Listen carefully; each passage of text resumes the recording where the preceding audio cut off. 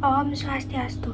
Halo semua, perkenalkan nama saya Nikada Adin Parameswari Duana, nomor absen 23 dari kelas 10 MIPA 3. Di sini saya akan menjelaskan tentang materi pengukuran. Oke, jadi langsung aja ke materinya. Di sini saya akan menjelaskan materi pengukuran, yaitu cara membaca alat ukur pengukuran besaran panjang.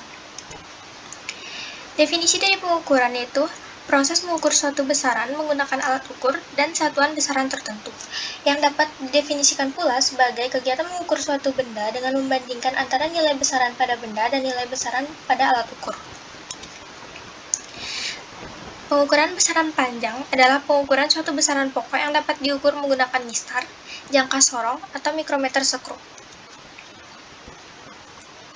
Yang pertama saya akan menjelaskan salah satu alat ukur yaitu mistar, yang memiliki nilai satuan terkecil 0,1 cm.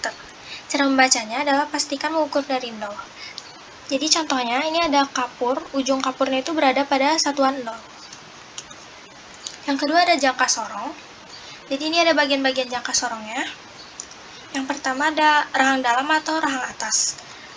Yang ini berfungsi untuk mengukur diameter dalam. Yang kedua, yaitu ada baut pengunci rahang. Baut pengunci rahang ini berfungsi agar benda tidak bergeser saat membaca pengukuran. Nah, ini ada skala utama. Skala utama itu adalah skala yang digunakan untuk mengukur bendanya. Skala utama memiliki standar internasional milimeter. Lalu ada tangkai kedalaman. Tangkai kedalaman ini untuk mengukur kedalaman.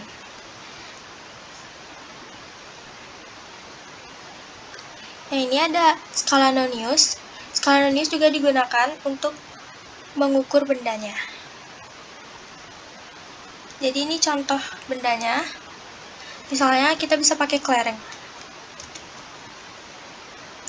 Jadi cara membaca jangka sorongnya, pertama kita cari skala utamanya dulu. Cara membaca skala utama, kita lihat sebelum satuan 0. Sebelum garis ini.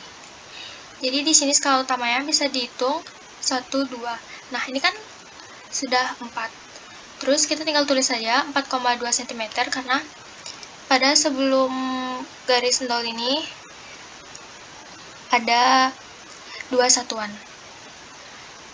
Nah, kalau untuk skala Noniusnya, kita lihat yang di bawah. Cara menghitung skala Noniusnya yaitu bisa dilihat pada skala utamanya sejajar dengan yang ada di bawahnya, yang ini. Jadi skala Noniusnya itu 4 dikali 0,01 cm. Nah, untuk mencari hasilnya bisa ditambahkan skala utamanya ditambah skala Nonius, yaitu 4,2 cm ditambah 4 dikali 0,01 cm. Dan hasilnya 4,24 cm. Jadi di sini ada contoh soalnya juga. Skala utamanya yaitu 2,4 cm. Bisa dilihat dari sini. 2, 1, 2, 3, 4. Jadi 2,4. Skala Noniusnya bisa dilihat yang sejajar. Yang ini. Dari 0 kita hitung 1, 2, 3, 4. Dikali 0,1 cm biar satuannya sama. Jadi hasilnya itu skala utama ditambah skala Nonius 2,4 ditambah 0,04 yaitu 2,44 cm.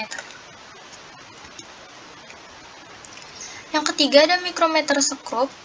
Jadi di sini ada bagian-bagian mikrometer sekrupnya. Di sini ada landasan, rahang tetap, skala pada selubung keluar, rahang geser, roda pasak atau bisa disebut juga silinder bergerigi, skala utama, dan ini tuh bahan yang diukur.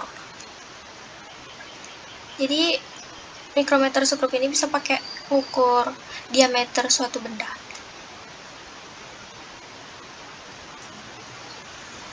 Jadi cara membaca mikrometer sekrupnya dari skala utamanya kita lihat skala utamanya ini 4,5 dari sini 4,5. Terus skala Noniusnya kita lihat yang sejajar lagi. Jadi dari 25, 26, 27, 28, 29. 29 dikali 0,01 mm.